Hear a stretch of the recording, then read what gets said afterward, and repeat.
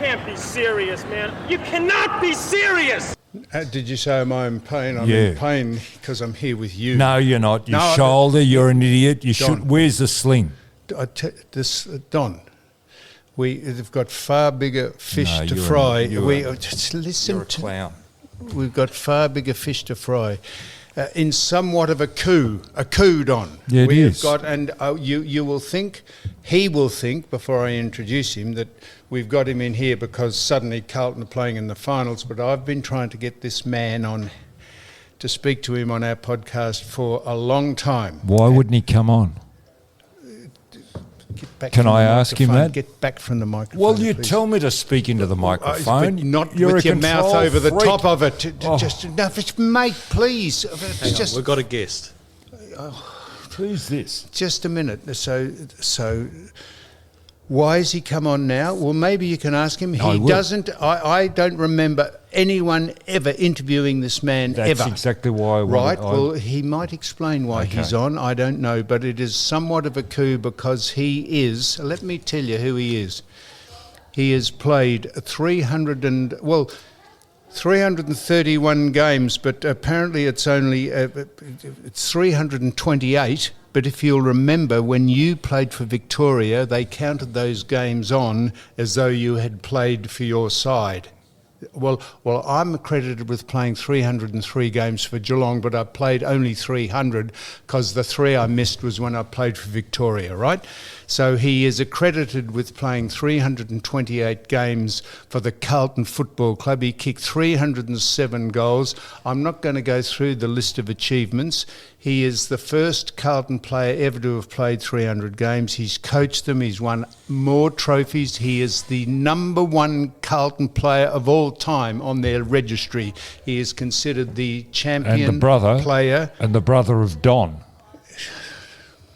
Don, I'm introducing who he is. Don't worry about who his brother is at this stage. You can ask him about his brother. And he was an inaugural member of the Legends status from the Hall of Fame from the AFL. I think that was in 1996 when it was first started. He was a inaugural member, and he is the great John Nichols. John, thank you very much for coming in to speak to us on You Cannot Be Serious. It's a great honour and privilege. I know we've played against you, Don and I, and Ivan has never played against anyone, but he's just sitting here listening. We've played against you, but we revere you, and the Carlton and the football community throughout Australia revere you. So thank you for coming in. And speak into the microphone, please. We'd hate to miss what you say. Thank you, Sam, or John, whatever your name is. And Scotty, answer the first question, this is Scotty. not like you. You don't smile, Scotty. and you don't do comedy. Scotty, and you want to know the question why I didn't come on? It was probably because of you. Now listen, if it wasn't for When your they said, brother, if it wasn't for your brother, you wouldn't be sitting here. Is that right? No, I was probably a young fat kid in the country, and my brother Don was a prodigy. At 15, he won the best and fairest in the Maribor competition. At 16, he won the Courier Trophy in the whole Ballarat League at 16. And he probably played 72 games with Carlton. Could have played a lot more if there were better medical facilities and things. He had a bad ankle and never got fixed properly, and in those days, of course, there was no money in it. Play for £6 or $6, what it was in those Is your days. brother still alive? Yes, Oh, he's good. Well, in that case, John, we could speak to your brother sometime. Don, let's not worry about his brother. We're speaking to John about his career. But they went up to recruit your brother, didn't they? And the add-on was you. So if your brother wasn't a good footballer, you may never have played football, do you think? Well, I don't know, what you're smoking nowadays, Scotty, but this is fantasy. Fantasy. Well done. It's that stuff you gave me. There's been a lot of folklore about my brother and myself, but most of it's bullshit. So, John, It says here, I'm just reading out of the compendium of your CV. It says you compensated, John Nichols compensated for the lack of height with his intelligence and imposing physical presence. I think that would be fair to say, because by today's standards, Don and I and you are shorter ruckmen, but your imposing physical presence and your intelligence saw you through. Well, what you read out would be right, because I wrote that, so that'd be right, be correct. And as far as, well, I was lucky, and one of your mentors, the great Graham Polly Farmer, and I had battles for ages, and there were a lot of very great photos. It used to appear in the Herald Sun that Bob Buchanan and the various, and we could jump, both could jump. Yep. I had to learn how to jump off 3 steps, because otherwise people, Len Thompson and some of these six blokes started coming along. But Scotty, I remember you were completely different to Sam. I don't know whether I played against you, but I meant Don Scott and Crackers Keenan and those blokes. I remember you sort of be standing in a straight line, having a long run, and you're frothing at the mouth when you want to jump through this bloke at the centre bounce and thing. I mean, blokes like you and Crackers would say to me, why don't you jump at me straight on like a man? Face me, they'd say. Face me. Face me. You're a squib, you're a coward, face me. Yeah, that's right. He used to do that to me, and I'd say, well, I'm pretty good doing it this way. And you know who was thanks. telling me to say that? The coach, John Kennedy. Yes, but I played my first game against Kanga, and it's what a great man he was. I meant Easter Monday, 1957, played Hawthorn up at Carlton, Ken Hands, and Kanga. He could run a long distance slowly. He couldn't kick. He couldn't mark, but he used to bluff one of our good players in those days, Graham Donaldson.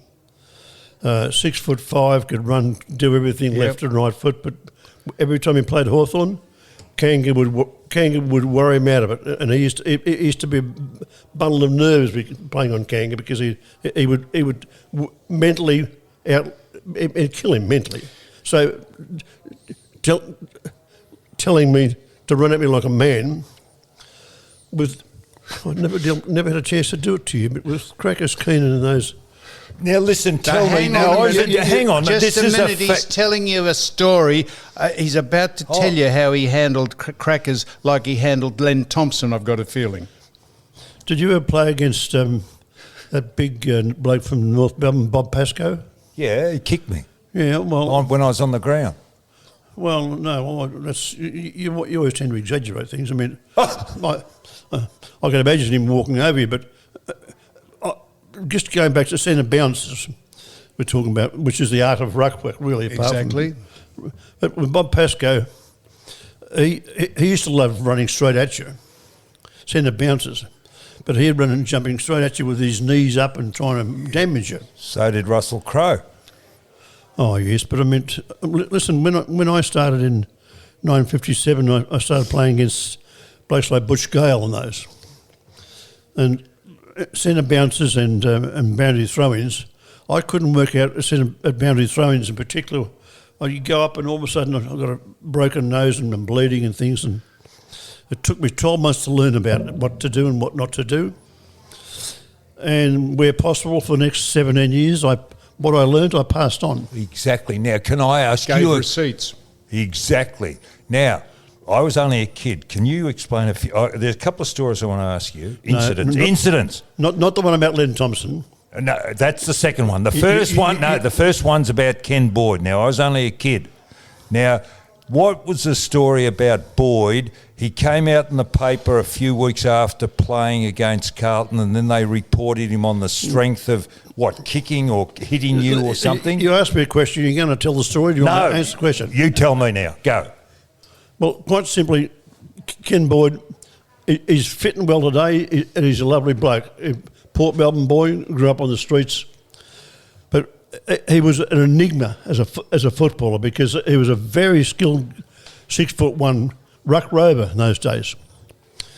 And as you know, in those days, with a ruckman and a ruck rover and a rover, the old-fashioned way, Boydie Bordy was a ruck rover and never went for a centre bounce hit out or a boundary throw in. He never jumped. And we, in those days, Carlton normally could beat South Melbourne, playing at Princess Park. But let's go back early that year. We played South Melbourne down at Lakeside Oval. And Bordy had that white line of fever sometimes. He'd be as good as goal and cool. Next minute his eyes would twirl and you think he's going to go off. That day he got reported for hitting a little rover of ours, John Heathcote. Got reported, and later in the game, the same thing again. He went off and a boundary throw and he whacked me. Got reported twice. Got 8 weeks at the tribunal. 2 weeks later, we come back and played South Melbourne up at Carlton. Every time I played against Bordy, you were nervous because you didn't know what he was going to do. Your fair dinkum didn't know what he was going to do. And probably in the second quarter, we were about 4 or 5 goals up and playing well. And I don't know for what reason, but we go to Carlton, kick a goal, we go back to the centre bounce. And looking across the circle at me was Bordy, looking at me with mad eyes, and I thought he's going to do something to me this time. Well, growing up in such a tough area as a young kid, you learnt how to protect yourself. And we were talking about ruckman who knew about the good and the bad and how to protect yourself. So I thought, he's got me lined up. So as you do in those days, you would jump, lift your legs, got a head out, Gallagher, kick another goal. Gallagher? Adrian Gallagher. Yep. 2 or 3 minutes later, another centre bounce.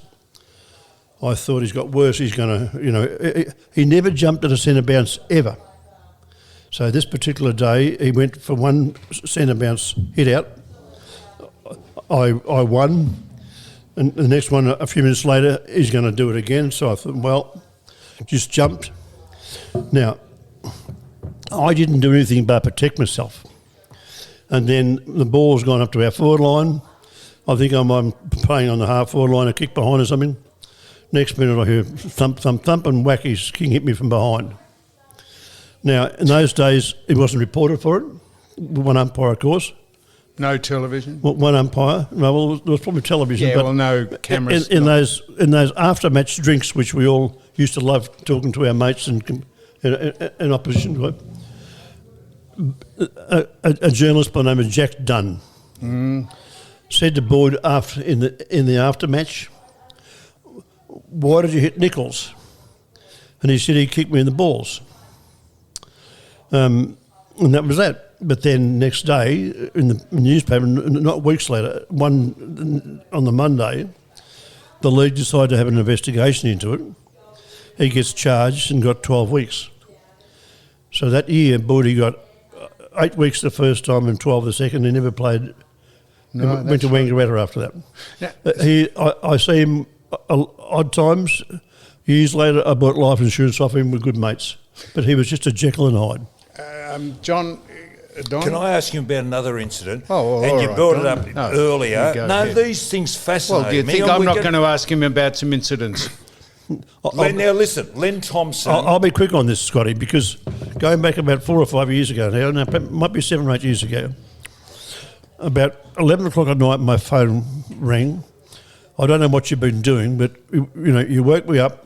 Who, me? You rang me at home. You're on that stuff. You rang me at home. No, you're on the dope. Scotty, you rang me at home. You said, "Nick, tell me about Len Thomas. This is 11 o'clock at night." So it must have been on your mind. You woke me up. I explained to you at the time. No, I'm not going to explain to you again. John, explain it to me, please. Because Len was a great friend of all of ours, and the late Len Thompson. A great man, yeah. And he was a good player, a great player, Brownlow medalist. And you saw him off. You saw him off with a little. Was it a little jolt to the temple? What did you do? Set him up in front? You understood those things because I'll talk to you about. One day you break my nose twice. No, I did not. Secondly, look with Tomo. Tomo was a great friend of everyone. Yep.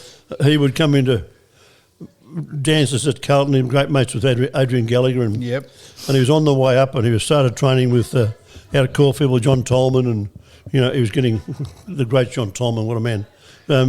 But Tomo was coming up, didn't know the first thing about ruck work. And I think as the game went on, first quarter, second quarter, he was... First quarter it was. Well, the first quarter, he was beating me and sending bouncers. He'd say, "Oh, come on, give it away, old man. You're too old. You know, come on, give it away." So I thought, well, it's about time I taught this kid a lesson. And how did you do that? And the boundary throw in. What did you do? Go on. Well, I thought, well, just to prove that I'm Go on. no, careful about these things, I did it in front of the press box, in front of all the cameras.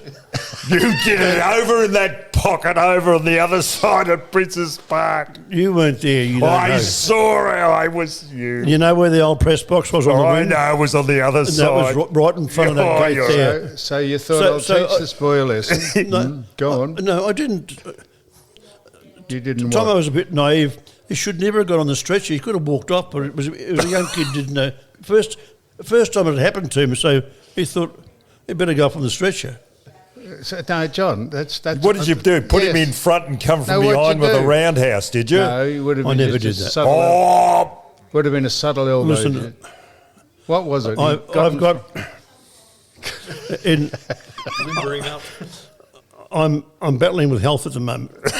Seriously, No, he is too. I know this. but I'm seriously battling with health in a big way. But I've discovered that with my body and my arms, if you think about it, let's say I played round figures 400 games roughly, Yep.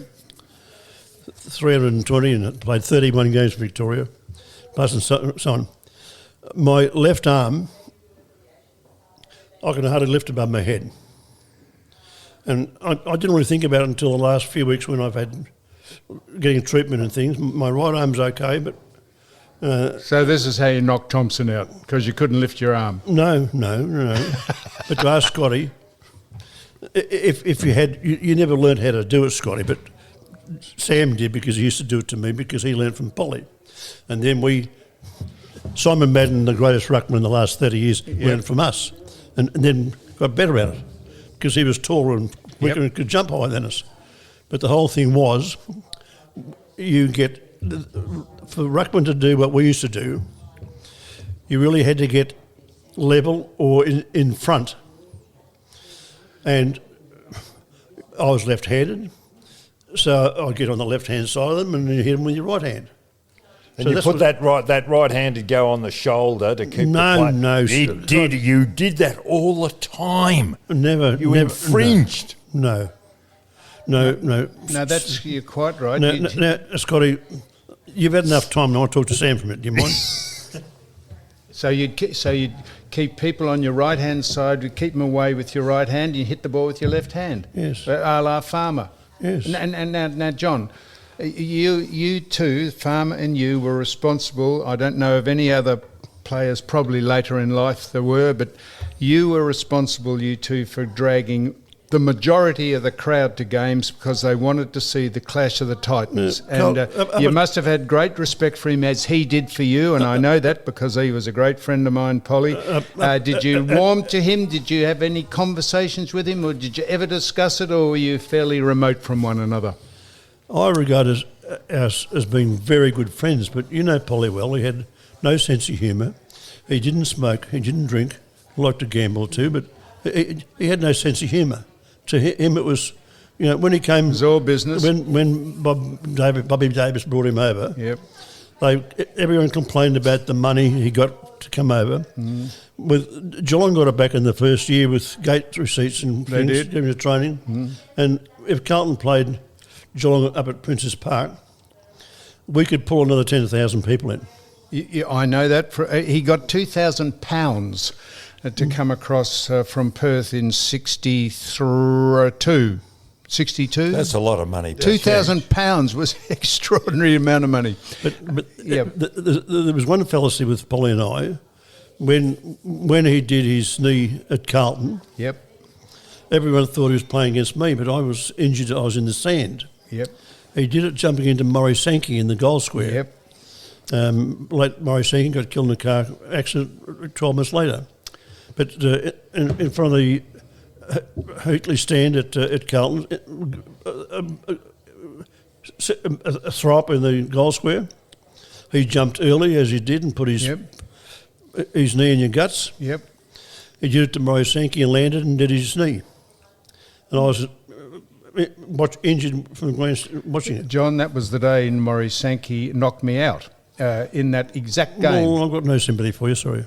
He knocked me out because I ran across his path at the centre bounce, because that gave Farmer a chance, and he said, don't do that again. And I did it for the second time after we'd kicked the first goal, and he just knocked me out. And I played half a game of football, half a quarter. Well, what do you want, sympathy? No, I don't. I'm just telling you. And we talk about getting CTE and getting knocked about. I've watched a lot of YouTube film, YouTube, which goes back. I like the old vintage stuff. Now, we're talking about you handing it out, but shit, you copped a bit of it too, didn't you? Oh, when I was a young kid. Even in your later you copped your share. No, probably not a lot, but I mean, my first 12 months as a 17-year-old kid from the country playing against the Butch Gales and these sort of guys, Roy Wright and those great names, it was tough with one umpire in those days. My mentor was Ken Hands. Well, he was tough, and he was wasn't the toughest, smartest bloke I know. And I couldn't work out why. He was about 6'2", and he'd play against the bloke from Essendon and Jeff Leake? McClure. No, before Leake, Blue McClure and Roy Wright and these sort of guys.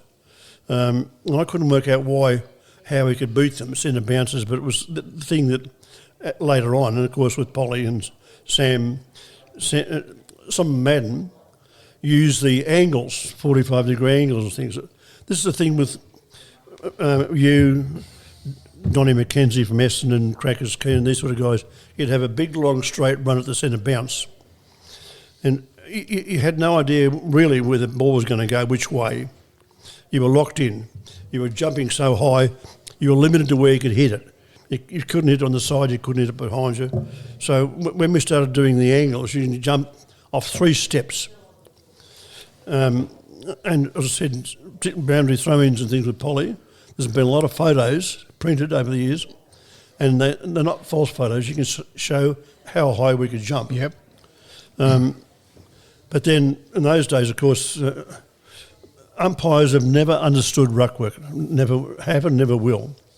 Now we've got 4 of them running around that play free kicks in the ruck for shepherding in the ruck centre bounces. Yep. God help me. Yeah, but hang on, they don't pay them, they hold one another. There's no body use at all in ruck work now, and the boundary throw-ins are just a disgrace the way they hold one another. Well, with Sam and Simon Madden and Polly, we never wrestled. That's what I'm saying. We jumped from our angles. But the umpires used to penalise if you locked arms. But Sam or John, whatever your name is. Is my name. What year did you lose a kidney in the finals? Yeah. What year? 60? 67. 67, Yep. I can vividly remember the first game of 68. Yep. You played us up at Princess Park. Yep. That's after Polly had left. Yes, Yep. and it was you and me. Yep. But after losing that, I was very nervous about jumping into you at centre bounces because It was mighty neighbourly of you. Evan? That was very considerate of you, seeing as you belted me around. We played it hard, but we were always friends and still are. Yeah. But it was a thing to play someone that's just lost a kidney. And I remember very vividly early in that game, I'm thinking to myself, now, what do I do with this bloke? And up I go, and you whack me across the face, and my nose is bleeding, and I'm thinking, well, That wouldn't was be it right, an John. accident or not? So Yep. An 5 accident. minutes later, you do it again. No. So I thought, right, okay, well, it's about time I gave you one good one back. I gave you one of my best shots, centre bounce. Yep. And do you remember me saying to you, right, what do you want to do? Keep going or we play footy? I absolutely do remember. And we both agreed to play footy. I do remember we were running over to somewhere and you said, hey, is there any point going on with this, or how about we play football? I actually remember that exactly to the day, John. And I don't tell many people that because they think, oh, you're having a lend yourself. But I do remember that absolutely as though it was yesterday. And I remember also in Scotty in, what was that, 68, in 69 we played in the stateside in Adelaide, won the premiership, the championship. Yep. And who do we play? Polly Farmer's gone back to Perth, and that's right. We strike him again. Yeah, we did indeed. Now, what about Carl Dittrich? Carl was meant to be a big, tough, rough, and Carl was a bit stiff because as a young blonde-headed kid running around Melbourne, went down to Junction over to St Kilda, his first game, and all the publicity and things, and this young blonde bombshell running around. Well, his second game, he was a bit stiff because he played us up at Carlton. And whilst he was a high jump champion, he's a bit like our young kid at the moment, Tom de Koning, who's going to be a good player. Mm-hmm. Hasn't learnt how to jump continually, perfectly, but he will. So I just worked out that for me to play against Carl, you'd have to shorten him up a bit. I don't think I hit him, but I just jumped at the ball, so he couldn't get to it. That's right. That was what we used to do. You keep our body in between them. Now, listen, we go back to the 50s, and what fascinated me was that they might carry, say, one ruck rover. Now, at Carlton you had Silvani, but you had other blokes. You mentioned Sankey. You talked about Donaldson. I think there was a bloke a bit later on called Buckley. Did he play in the Brian Buckley play in the ruck as well? At one stage we had 5 ruckmen. Now, what did you do? Because we had a ruck rover in our time. We didn't carry, the 4. There were 2 big guys. You change. But in those days, you carried 4. Were you cutting across, shepherding, so the ruckman would get the other ruckman with you would get the hit out? No, never did. That's the South Australian. So why did you carry 4 big ruckmen or 3 big ruckmen? When I started in 1957, nearly all the sides had 4 ruckmen. That's right. Right, at Carlton we had Ken Hands and Kevin Clark, and I started off as a back pocket ruckman. And we had Gerald Burke in the forward pocket, 4 ruckmen, and that went on for quite a few years. And I think the one that changed that first was Melbourne with Brassy. But then that sort of developed. But at one stage, the piece at Carlton, when I was young, we had 5 ruckmen on our list. Me, Graham Donaldson was never a ruckman, but people like Sankey, Brian Buckley, Ken Greenwood. Ken Greenwood. Went to Footscray because he couldn't get a go with us. Lovely bloke, not a bad ruckman, but it was through Brassy, and then it just so happened Sergio Silvani. But a lot of clubs started doing that. So but how did you work the 4 ruckmen? How did you have 2 big guys against? How did that work? Well, nearly all of my career, Sergio Silvani and I were first ruck for 13 years in a row. So it never happened to me. I didn't have to. Well, I could get my own kicks. I didn't rely on another ruckman to help me and shepherd and block. That's what the Adelaide people used to do. Adelaide ruckmen used to do. They'd play 2-on-1. But, well, it happened to me odd times, and what I used to think was, I knew the one that was going to block me. I knew the other one was going to try and jump over the top, so I'd try and get in the middle of them. And I'd hit one and try and beat the other bloke. Now, John.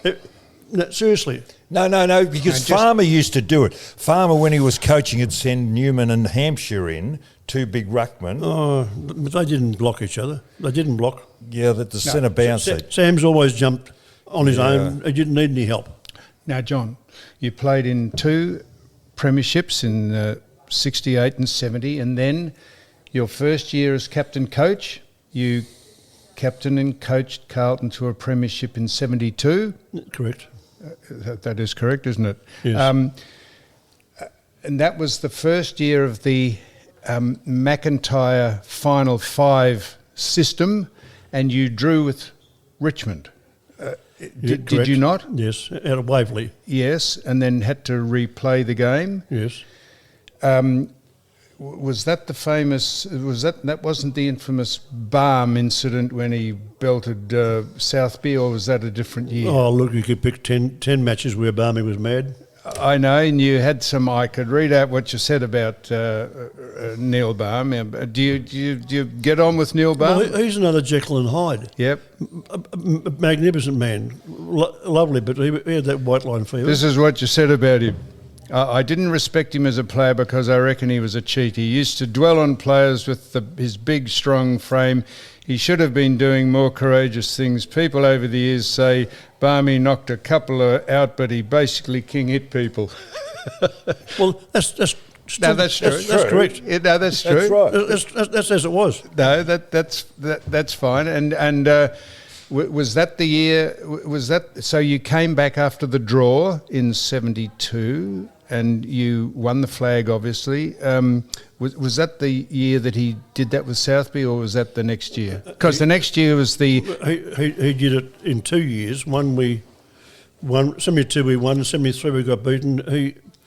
I think he broke Southby, David Mackay, Kevin All. He's hit about 4 blokes in two finals. So 7. But it was a dog act. Yep. But clearly.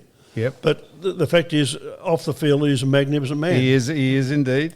And so 73 was the infamous Fowler bump on you in the first. We've had that discussion before. But yes. I know we've had the discussion before, but it was one of the all-time incidents in AFL VFL history. Was when Fowler in the first 3 minutes. Yeah, but that was accidental, wasn't Well, I'm just wasn't saying it wasn't, Don. I'm saying Don, I agree, but the thing was about 73. Over the year, we were the best side, but when we won the second semi to go straight into the grand final, and in between, after winning the second semi, I lost my 2 best ball getters, Barry Armstrong with appendicitis and Trevor Keogh with a hamstring. And the hamstring I discovered 6 weeks later was still a problem. I took him out to Sports World in Heidelberg and Bill Mitchell. He walked out 5 minutes later, as good as gold. He had a cytectomy about a place, missed a grand final. So I go in without Armstrong and Keogh, who are my 2 best Rovers ball getters, centremen, and we played Vinny Cottogio and Brian Walsh, who passed away last week, sadly. So, Don, you're right. I wasn't saying it was deliberate, Laurie Fowler, but he collected John and he went down in the first 3 minutes of the game. And well, I've said for years now, I made him famous. You actually did make him famous, and you went back and kicked the goal from 40 metres out, one of those flat, torp punts. Goals were easy to kick. They were then, they should be now, even though people doing all this kicking around corners and twirling it and not watching and not concentrating. Those famous flat punts you used to kick. You didn't kick the drop punts, did you? I've said for years and years, kicking goals is like great champion golfers. Every shot, a champion golfer, before he hits it, he analyses what to do, he visualises it. Kicking goals is the same. You visualise in your mind.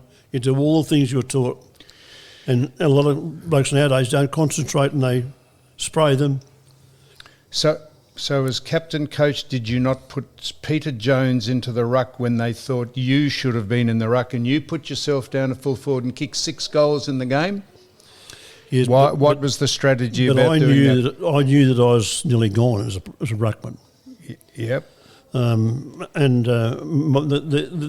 big spring I had when I was young, you start losing as you get older, and I had very bad ankles like you did. Yep.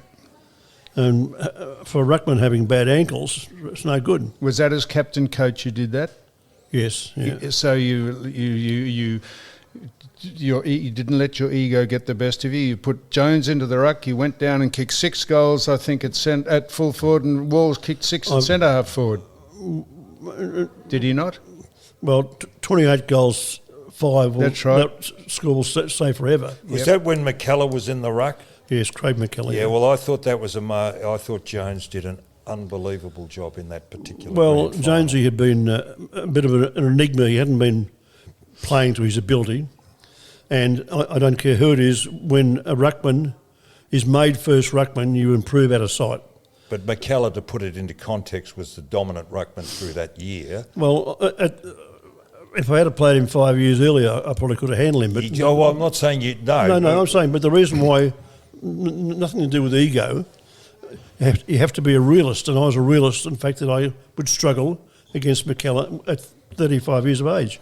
Yeah, but you would have still... Well, what Jones did was just what you did, come in on the angles, which didn't allow McKellar to get off the ground. I tried to teach Jonesy a bit, but he didn't learn very much, but he was good that day. And He was all right. Don't worry about Jay. He could come in on the angles. He was all right. Now, I just want to ask you about in '76, 3 days before the season started, you resigned as the coach, the captain. You resigned as captain coach, did you not?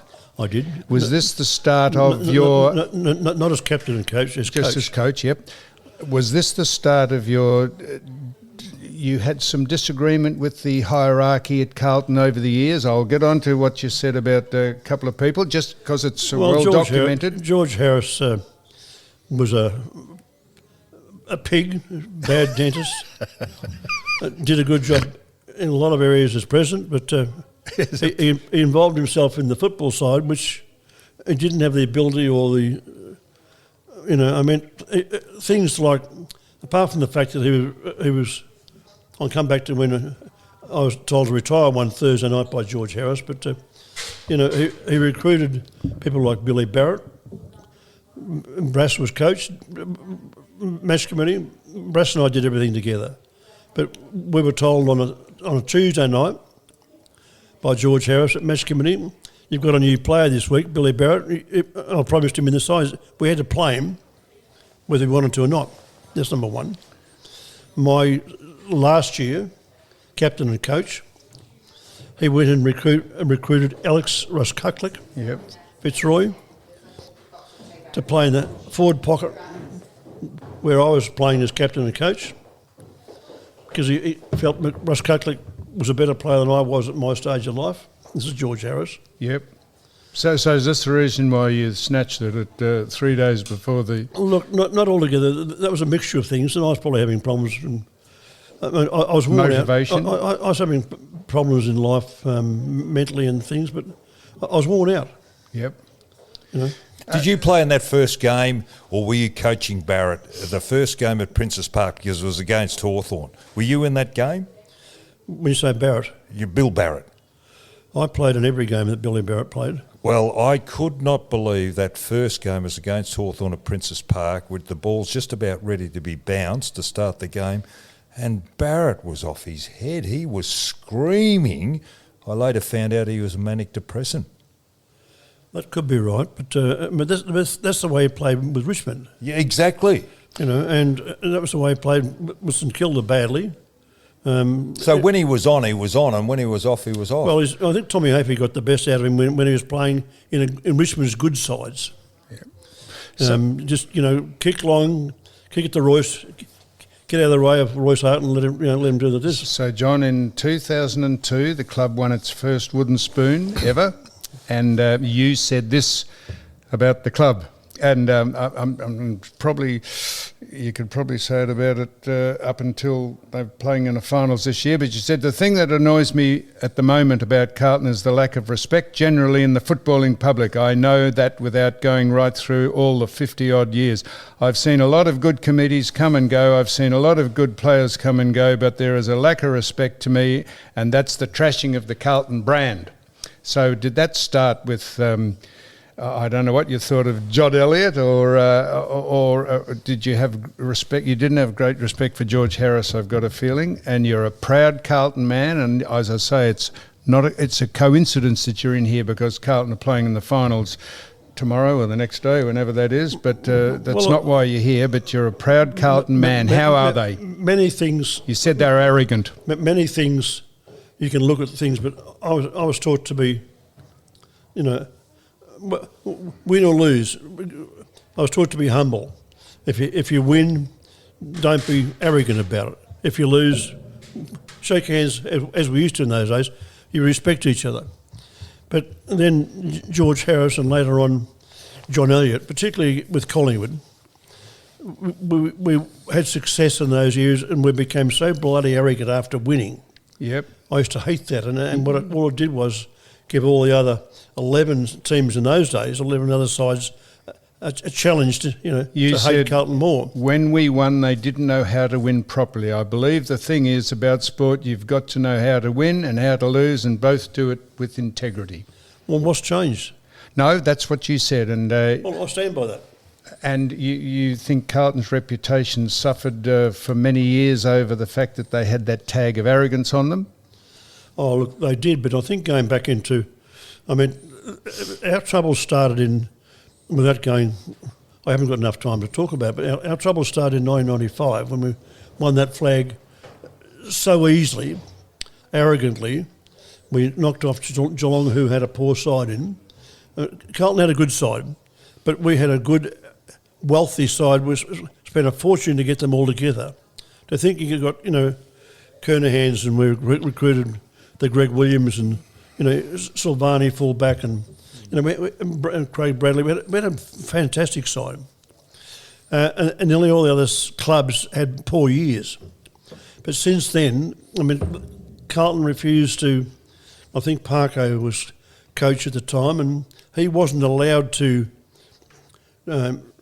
bring young kids in because they had all the, we had Lance Whitnell, couldn't get a game because all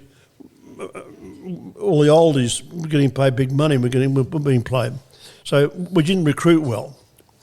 And then when the SHIT word hit the fan when they got caught cheating on salary cap. It was all to do really controlled by John Elliott and Wes Lofts, where they were paying players cash outside of rules and regulations. And without going into all the ways they did it, but they burnt several of our good supporters who they were channeling money through so the players could get paid in cash.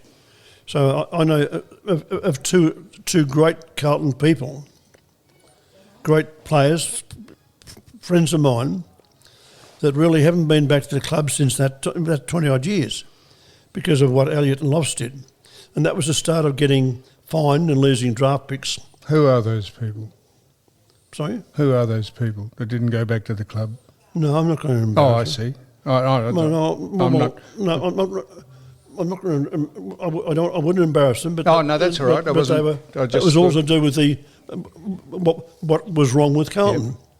And then at the stage when, one of our the greatest ever players administrators, Ian Collins, was sucked into it to come back to be president when the club was on its hands and knees, no money. Going back to Scotty, back from the time when Carlton built Hawthorn Stand, gigantic money owed. Hawthorn were enticed to go out and play at Waverley. Carlton still had to pay for the stand. So the money they owed, they built the Legend Stand, which was not a white elephant. They owed so much money. And then that was the slide where they started going down. And it wasn't really until going back a few years ago now, in the last 10 years we've been recruiting well. Haven't had much luck in getting everything to come together at the one time.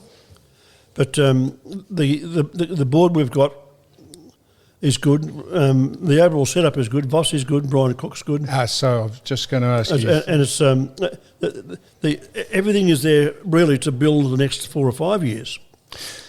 So this salary cap, when the Essendon roared the salary cap, so did Carlton. It's a harsh penalty, isn't it? Because Essendon really haven't recovered, and Carlton really haven't recovered from that handing down or penalty handed down by the AFL. It really does stifle teams, doesn't it? It does, but Essendon is such a strong club. Apart from Collingwood, Essendon's probably the most wealthiest club in Victoria. They always have been.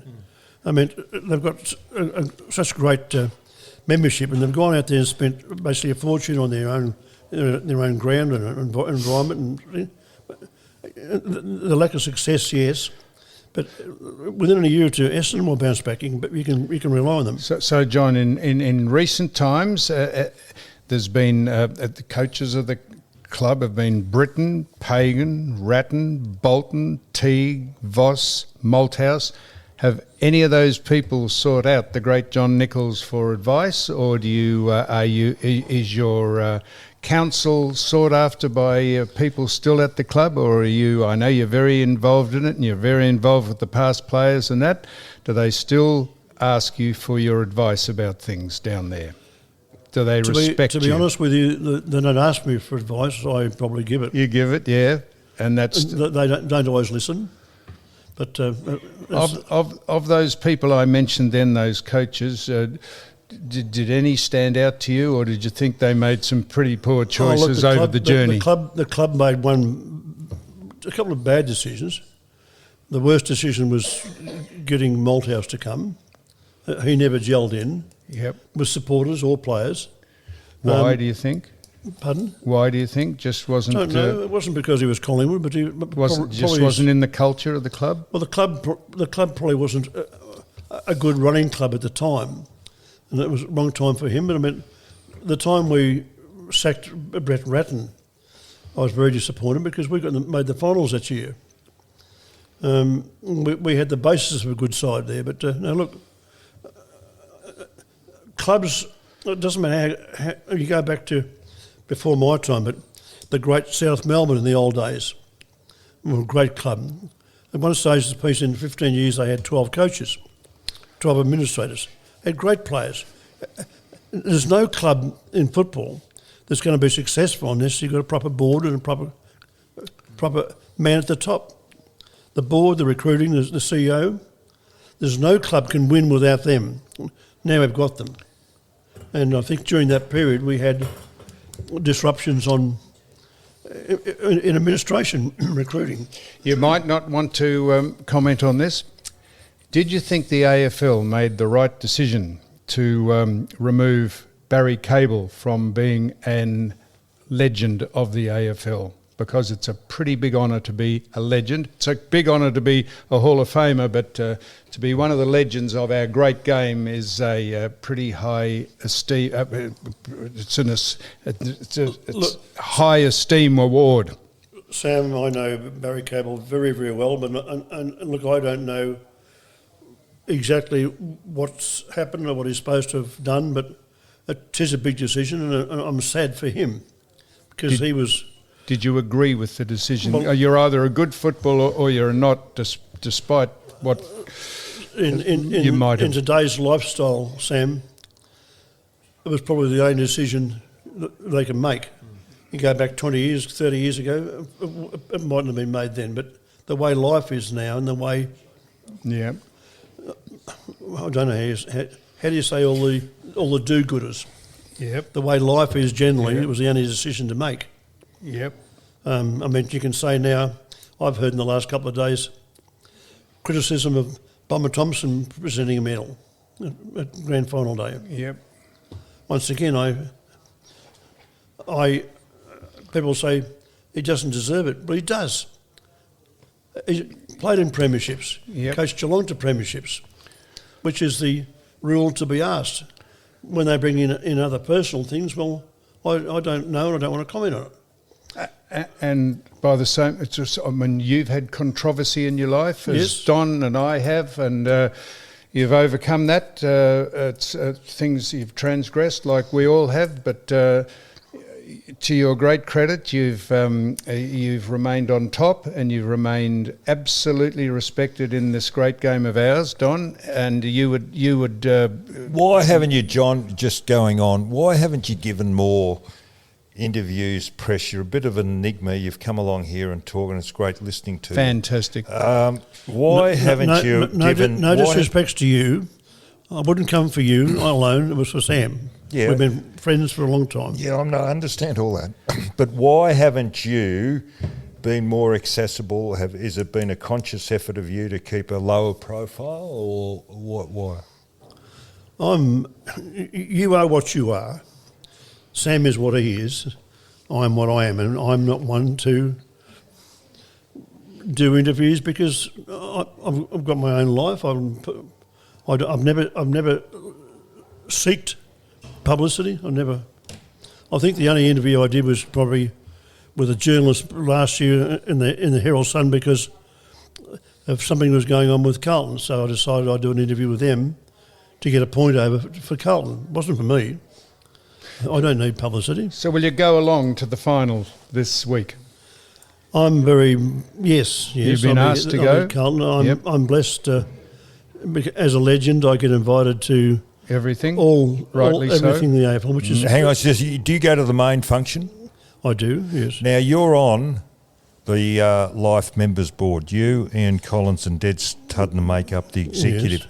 Do you think the AFL pays enough respect to the past? Because I've got a theory that you've got to understand the past to go forward.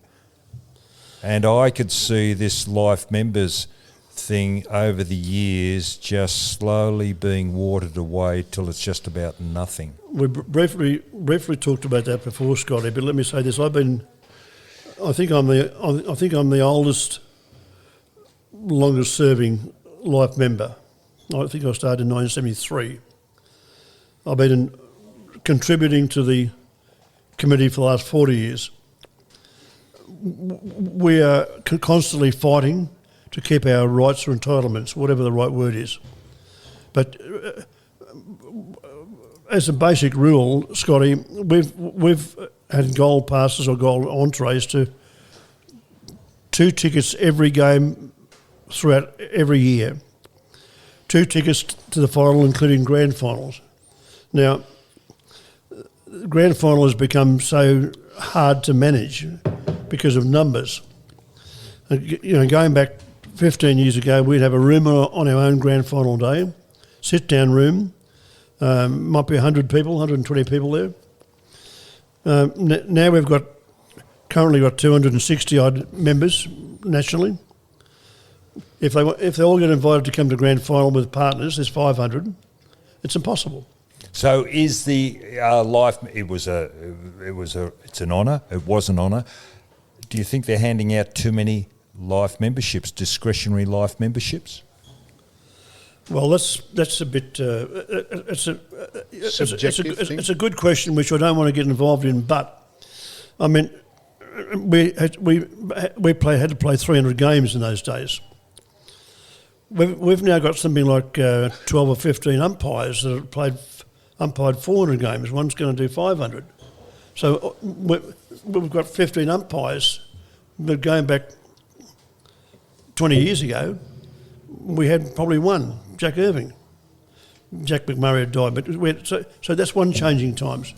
The other changing thing is, for better or worse, the women's competition and the women's rights, we've now got 2 or 3 Life members who are ladies that have earned their position in various areas. Don't look at me like that, Scotty. So I don't know the answer, but it's a changing life, and the how do you say it? AFW, whatever. AFLW. That's going to get it's going to get bigger and bigger. I'm not going to say it's going to get better, but it's going to get. All the clubs are into it in a big way, nationally, advertising wise, membership wise, and then we'll start getting Life members from them. Now, this is Ivan, who's sat here for 53 minutes. He doesn't know me as Ivan. His name's Paul, but I call him I have Ivan. a question. In the present game, all the theatrics and the players running on, what do you make of that? Because in your day, they would just come on, start the game. It's a very good question, So Ivan. you may not run want out to through the streamers and get on with it. Now they warm up. Yeah, on they the kick ground. up, kick the footy around. And when I started, 19th and 20th weren't interchangeable. When you're off, you're off. Yep. Yeah. That's it. So do you think the integrity of the game is what it has been eroded? Well, I tend not to judge that much as everything in life has changed. everything. Yeah. I mean, we didn't, you know, when we started, when I started, when I was captain and coach of 72 winning a flag, I had an assistant coach, Keith McKenzie. I had a runner, George Frigo, who did all our fitness work for us, and that was it. I did the lot. Now they've got 15 of them. Now, 20. Don, everything has changed. We spoke about free bleeding at the start of this thing. So if you don't think life has changed, John won't know what we're talking about, and rightly and luckily for that. So could we say this, Don? John Robert Nichols. It has been a privilege to have him in here. We've found great honour to have played against him. He is an inaugural member of the AFL Legends, and we really appreciate you coming in, John Robert Nichols. I haven't finished yet. I've got to talk to Scotty about a couple of things. Scotty, I was doing some research on you in the last few days too. Someone tells me two things at Hawthorn that stood out.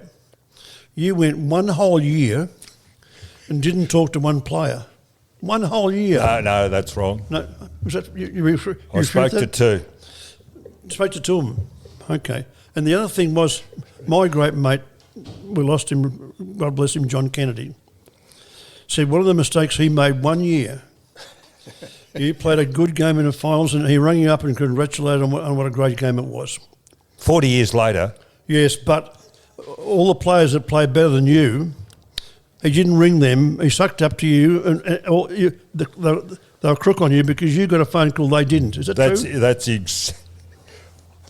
So I had 5 conversations. So is that yes to both those things? Yeah, it's yes to both. That's all. I'm finished now. John, Don and Ivan, it's been fantastic, and we really thank you for coming in to You Cannot Be Serious, the great John Nichols.